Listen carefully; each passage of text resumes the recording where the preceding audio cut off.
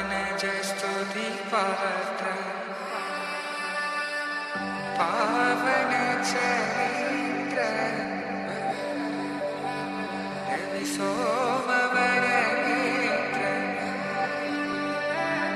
రమణీయ గాత్ర సీతా కళ్యాణ వైభోగమే రామ కళ్యాణ వైభోగమే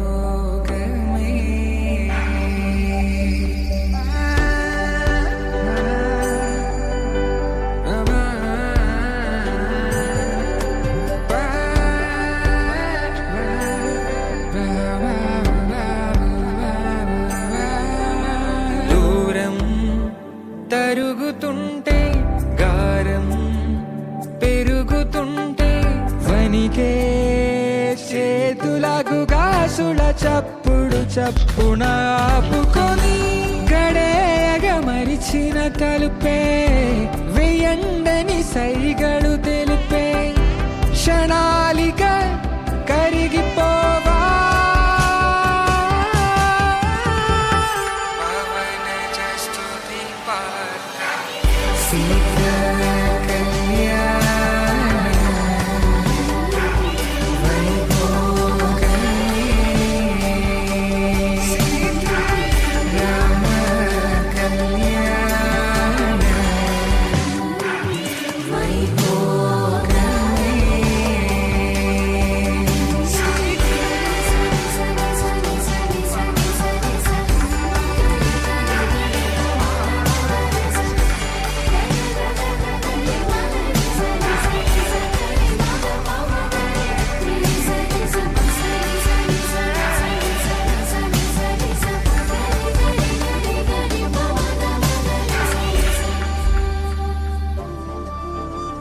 మిథున,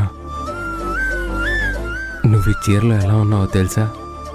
దివి నుంచి భూమికి దిగి వచ్చిన దేవకన్యలా ఉన్నావు. ఏంటి అలా చూస్తున్నావు?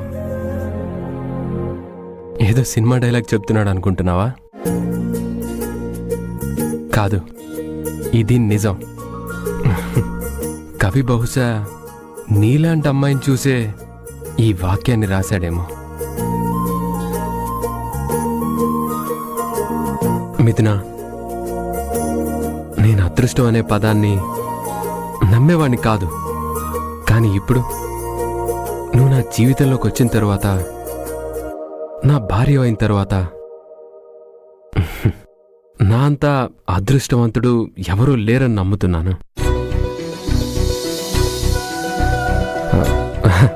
మిథున, నీకు గుర్తుందా? మనిద్దరం భార్యాభర్తలుగా నటిస్తున్నప్పుడు బంగారయ్య తాయారమ్మ వాళ్ళు మన యానివర్సరీ ఇలాగే అరేంజ్ చేశారు. ఇప్పుడు అది గుర్తు తెచ్చుకుంటుంటే భలే గమ్మత్తుగా ఉంది. ఇప్పుడు ఇలా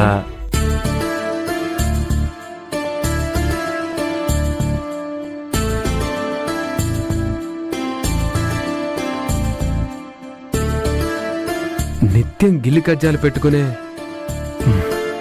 మన మధ్య ప్రేమ మొదలైంది.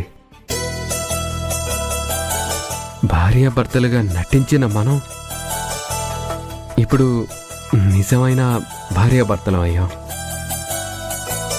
ఇవన్నీ గుర్తు చేసుకుంటే ఇది కళ నిజం అనిపిస్తుంది. మిథున, మన పెళ్లికి ముందు నువ్వెన్నో ఒడిదుడుకులను సవాళ్లను ఎదుర్కొన్నావు. కానీ మన పెళ్ళైన తర్వాత కూడా నీకు మనశ్శాంతి లేదు. కానీ నేను కోరుకునేది ఒక్కటే, నువ్వు సంతోషంగా ఉండాలి. జరిగినవన్నీ మర్చిపోయి మన ఇద్దరం భార్యాభర్తలుగా హాయిగా ఆనందంగా ఉండాలి. ఏమంటావు?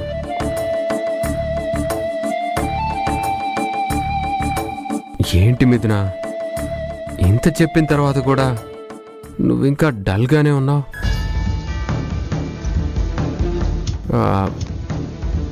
నేను ఒకటి అడుగుతాను, ఇస్తావా? ఏంటది? తప్పుగా అనుకోకూడదు మరి. పర్లేదు, అడగండి. ఆ, ఆ, నా కోసం ఒక్కసారి నవ్వవా ప్లీజ్?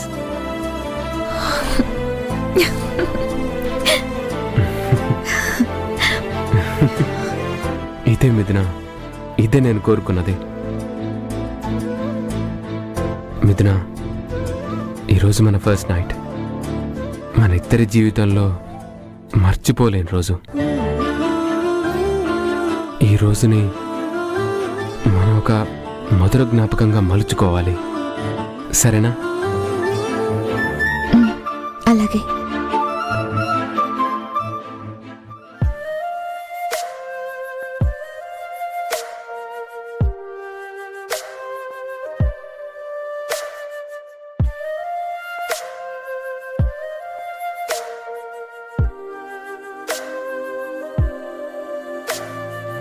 ఎవరు ఎవరు నువ్వెవ్వరు, ఎవరు ఎవరు నీకెవ్వరు, కురిసే చినుకంది నువ్వెవ్వరు, వాలే పొద్దేమో నీకెవ్వరు, పులకింతెవ్వరు పలికిందెవ్వరు, నీ జత ఎవరు ఎవరు ఎవరు. ప్లాన్ అంతా అట్టప్లాప్ అయిపోయింది. నీ మాట నమ్మినందుకు నా జీవితం సర్వనాశనం అయిపోయింది. సింపతి తొక్క తోటకూర అంటూ ఎన్నో కబుర్లు చెప్పావు. నన్ను బావని ఒకటి చేస్తానని ఏవేవో ప్లాన్లు వేశావు. మనం చేసే పర్ఫార్మెన్స్ కి అది మోసపోయి కరిగిపోయి బావతో శోభనానికి దూరంగా ఉంటుంది అని చెప్పావు. కానీ తీరా చూస్తే అది మనందరి ముందే శోభనం గదిలోకి అడుగుపెట్టింది. అక్కడికి నేను చెప్తూనే ఉన్నాను, శోభనం ఏర్పాట్లు చెయ్యొద్దు, రివర్స్ అయితే నా గుండె బగ్గమంటుంది అని. ఇప్పుడేమో అది నా బావతో లైఫ్ షేర్ చేసుకోబోతుంది.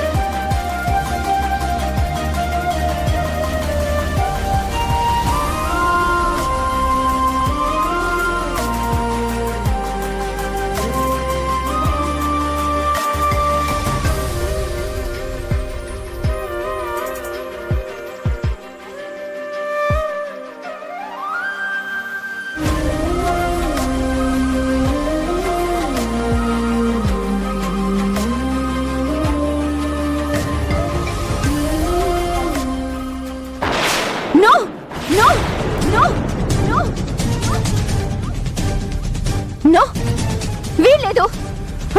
అలా జరగడానికి వీల్లేదు. నా ప్రాణమైన బావను అది సొంతం చేసుకుంటుంటే నో మామ్, నేను సహించలేను, భరించలేను. ఇప్పుడే వెళ్ళి దాని ప్రాణం తీసేస్తాను. ఏయ్, ఏంటి నీకేమైనా పిచ్చి పట్టిందా? దాన్ని చంపేస్తానంటావేంటి? దాన్ని చంపేస్తే ఏమవుతుంది? వెళ్ళి జైల్లో కూర్చుంటావు. అది ప్రాణాలతో లేకపోయినంత మాత్రాన గౌతమ్ నీకు దగ్గరవుతాడనుకుంటున్నావా? మామ్, అవన్నీ నాకు తెలీదు. నన్ను జైల్లో పెట్టినా చంపేసినా సరే, దానికి మాత్రం బావతో శోభనం జరగనివ్వను. దాన్ని చంపేస్తాను. ఏ ప్రణవి, ఆగమంటున్నాను కదా. అరే, నేను చెప్పేది కాస్త వింటావా? నువ్వు తప్పుగా అర్థం చేసుకుంటున్నావు. నువ్వు భయపడినట్టుగా అక్కడేమీ జరగదు. మామ్, ఆల్రెడీ వాళ్ళు శోభనం గదిలో ఉన్నారు. ఏం జరగదని నువ్వెలా చెప్పగలవు? చెప్తే నమ్మేటట్లుండాలి. నమ్ము ప్రణవి, నేను చెప్తున్నది నిజం. ఆ మిథున గురించి, దాని మనస్తత్వం గురించి నాకు బాగా తెలుసు. దాని బలమేంటో తెలుసు, దాని బలహీనతలేంటో కూడా తెలుసు. ఈ రోజు నువ్వు చేసిన రచ్చకి దాని మనసు ముక్కలైపోయి ఉంటుంది, అశాంతితో అల్లాడిపోయి ఉంటుంది. ఖచ్చితంగా అది నీ గురించి ఆలోచిస్తుంది. ఇలాంటి పరిస్థితులు, పరిణామాల మధ్య అది భర్తతో సంతోషంగా ఉండాలనుకునే స్వార్థపరురాలు మాత్రం కాదు. ఖచ్చితంగా ఈరోజు వాళ్ళ శోభనం జరిగే అవకాశమే లేదు. ప్రణవి, ఇన్ని సంవత్సరాల అనుభవంతో నేను ఎన్నో ప్లాన్లు వేశాను, కుట్రలు చేశాను. కానీ నేను అనుకున్నది ఏది కూడా ఫెయిల్ అవ్వలేదు. నేను నీకోసం వేసిన ఈ ప్లాన్ కూడా ఫెయిల్ అవ్వదు. నన్ను నమ్ము. అంతేనంటావా?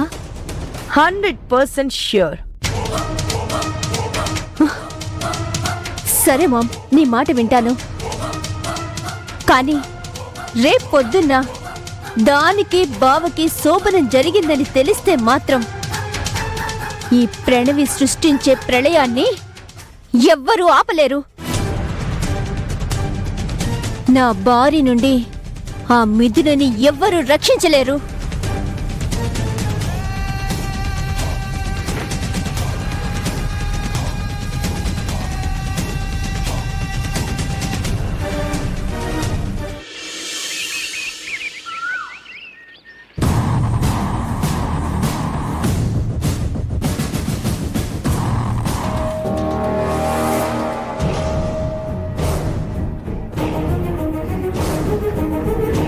రాత్రి చాలా గొడవల మధ్య మిథున శోభనం గదిలోకి వెళ్ళింది. శుభకార్యం జరిగిందో లేదో.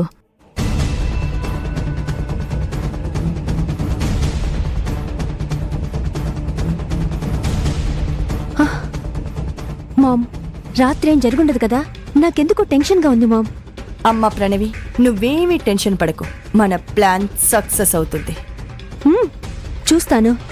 ఏదైనా తేడా జరిగిందో? ఏ ఓవర్గా ఊహించుకోకు. కొంచెం సైలెంట్గా ఉండు.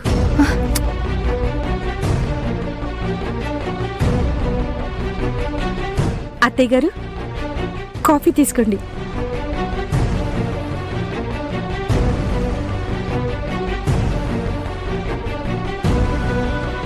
అత్తయ్య గారు, అమ్మా కాఫీ తీసుకోండి.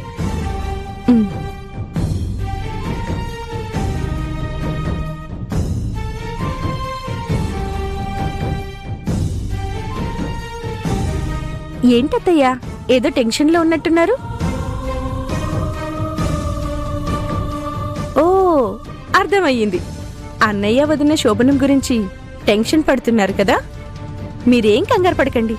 ఆ దేవుడి దయ వల్ల, మా అత్తయ్య వల్ల శోభనం సవ్యంగా జరిగే ఉంటుంది.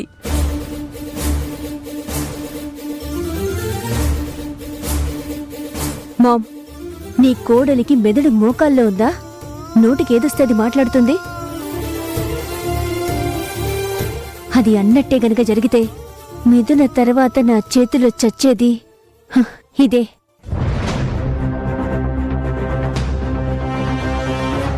అంతేనంటావా అమ్మా?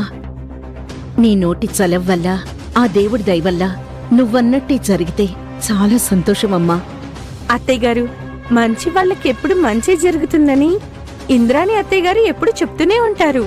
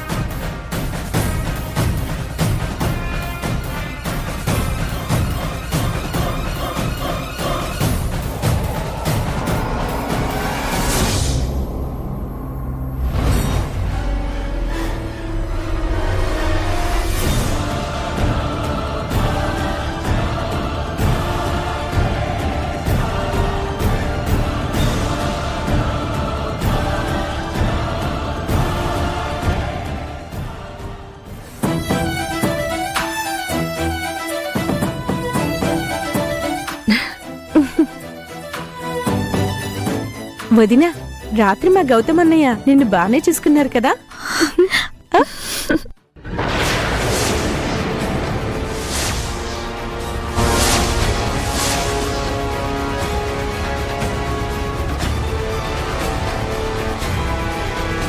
సంతోషం అమ్మా, చాలా సంతోషం. వెళ్ళి స్నానం చేసిరా, పూజ చేద్దు గాని.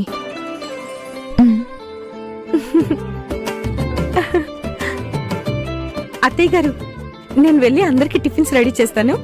అలాగేనమ్మా.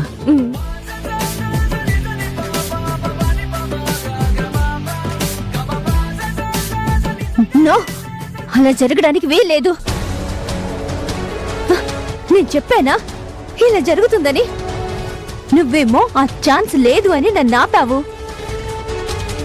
నా ప్లాన్ ఫెయిల్ అయిన చరిత్ర లేదని, లేని పని గొప్పలని చెప్పావు. నా కళ్ళలన్నీ ఆవిరైపోయాయి, నా గుండె పగిలిపోయింది. ఆ మిథున నా బావుని సొంతం చేసుకుంది. నో నో, ఇది నేను భరించలేను. నా వల్ల కాదు. అది ప్రాణాలతో ఉండకూడదు. నా బావని షేర్ చేసుకున్నదని అంత చూస్తాను. ఏయ్, ఆగు, నా మాట విను. వదులు. వద్దని చెప్తున్నానా? అమ్మా, నువ్వు నాకేం చెప్పకు. నా బావతో జీవితం పంచుకున్న అది ప్రాణాలతో ఉండడానికి వీల్లేదు. దాన్ని బ్రతకనివ్వను. ఏయ్, వద్దు వద్దు ప్రణవి, వదులు. ప్రణవి.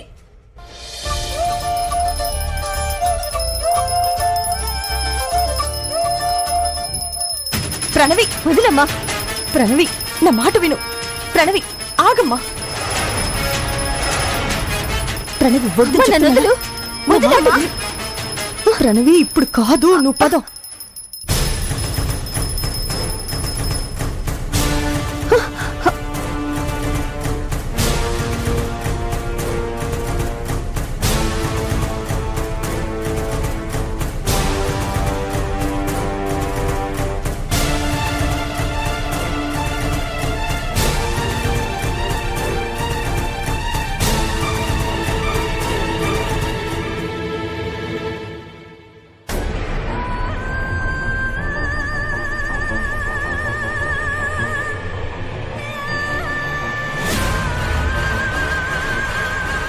స్వామి, రాత్రి నా భర్త గౌతమ్ని చాలా బాధ పెట్టాను.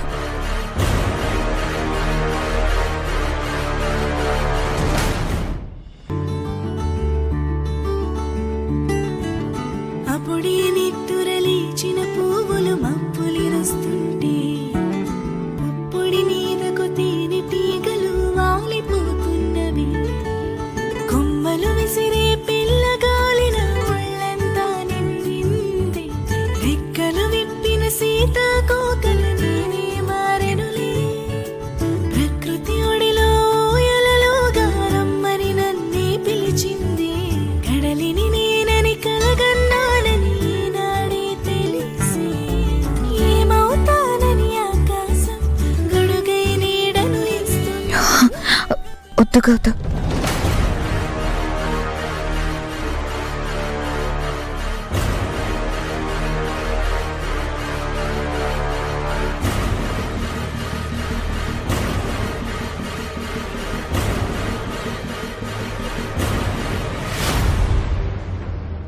ఏమైంది మిథున? ఒక విషయం చెప్తాను, అర్థం చేసుకుంటారా? చెప్పు మిథున. మనం ఈ శోభనాన్ని వాయిదా వేద్దాం.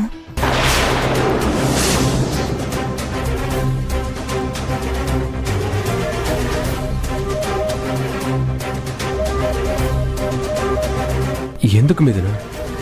చూడండి, ఇప్పుడు ప్రణవి మానసిక పరిస్థితి సరిగ్గా లేదు. చిన్నప్పటి నుంచి మిమ్మల్ని ఎంతగానో ప్రేమించి మీరే తన భర్తని బలంగా నమ్మిన ప్రణవికి మన పెళ్ళి తనకి పెద్ద షాక్ ఇచ్చింది.